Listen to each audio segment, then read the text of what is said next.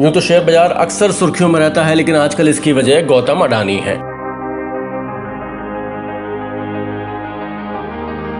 जब से हिंडनबर्ग की रिपोर्ट सामने आई है, तब से अडानी की कंपनियों के शेयर लगातार गिर रहे हैं। हालांकि आज हम अडानी ग्रुप के शेयर की बात करने नहीं जा रहे हैं, बल्कि हम आपको आज स्टॉक मार्केट की कुछ रोचक टर्मिनोलॉजी के बारे में बताएंगे।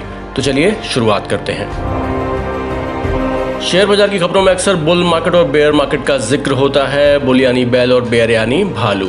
जब बाजार में तेजी का माहौल हो या निवेशकों का अनुमान हो कि बाजार ऊपर की तरफ जाएगा, तो इसे बुल मार्केट कहा जाता है। दूसरे शब्दों में कहें तो यदि एक तय समय में बाजार लगातार ऊपर की तरफ जा रहा है, तो कहा जाता है कि बाजार बुल ट्रेंड में है। इसलिए जब भी बुल दिखे, समझ लीजिए सब अच्छा ही अच्छा है। बेयर मार्केट की बात करें तो यह बुल से एकदम उलट है। जब बाजार के भाव नीचे गिरने की आशंका व्यक्त की जाए, लंबे समय तक बाजार डुबकी लगा रहा हो, तो कहा जाता है कि बाजार बेयर ट्रेंड में है। लिहाजा बेयर यानी भालू जब नजर आए तो संभल कर निवेश करें। अब यह भी जान लेते हैं कि इन दोनों जानवरों का इस्तेमाल बाजार में वृद्धि और गिरावट के लिए क्यों किया जाता है। तो जनाब, इसका जवाब बड़ा दिलचस्प है। भालू यानी कि बेयर अमूमन पंजे नीचे झुकाकर हमला करता है। दरअसल भालू सामने वाले को डराने के लिए अपने दोनों पैरों पर खड़ा हो जाता है।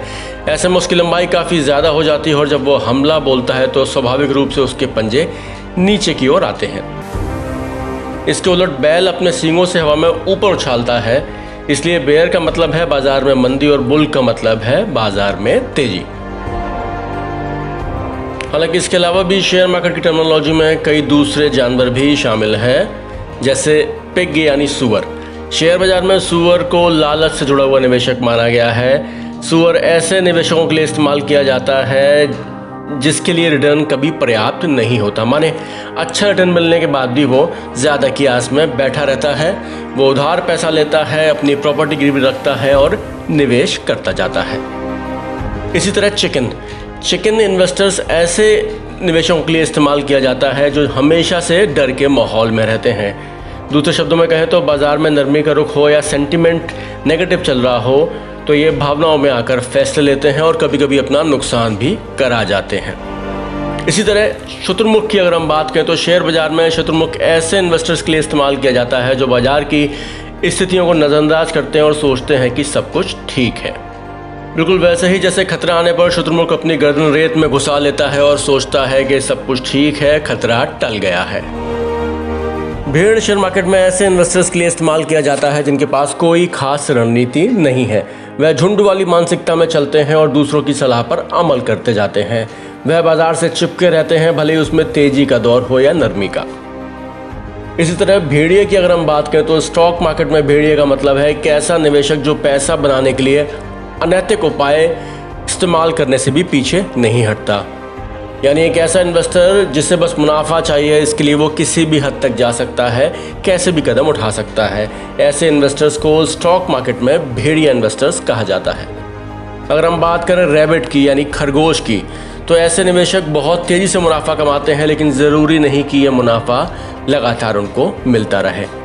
इसकी तुलना में कछुआ इन्वेस्टर्स जो होते हैं वो धीरे धीरे आगे बढ़ते हैं, धीरे धीरे इन्वेस्ट करते हैं और मुनाफा कमाते हैं। बिल्कुल उसी कहानी की तरह जिसमें कछुआ और खरगोश शामिल होते हैं और दौड़ में कछुआ जीत जाता है। इस टर्मिनोलॉजी में साहब शार्क भी शामिल है। तो शार्क शेयर बाजार में ऐसे इन्वेस्टर के लिए इस्तेमाल किया जाता है जो बेहद खतरनाक होते हैं। वे खुदरा निवेशकों को बहुत अच्छा मुनाफा देने का वादा करते हैं। उन्हें ऐसे शेयरों में निवेश करवाते हैं जिनके फंडामेंटल्स ज़्यादा अच्छे नहीं होते और कभी कभी वह खुदरा निवेशकों को अधर में छोड़कर भाग भी निकलते हैं। यानी खतरनाक इन्वेस्टर्स का मतलब शार्क इन्वेस्टर शेयर बाजार की टर्मिनोलॉजी में।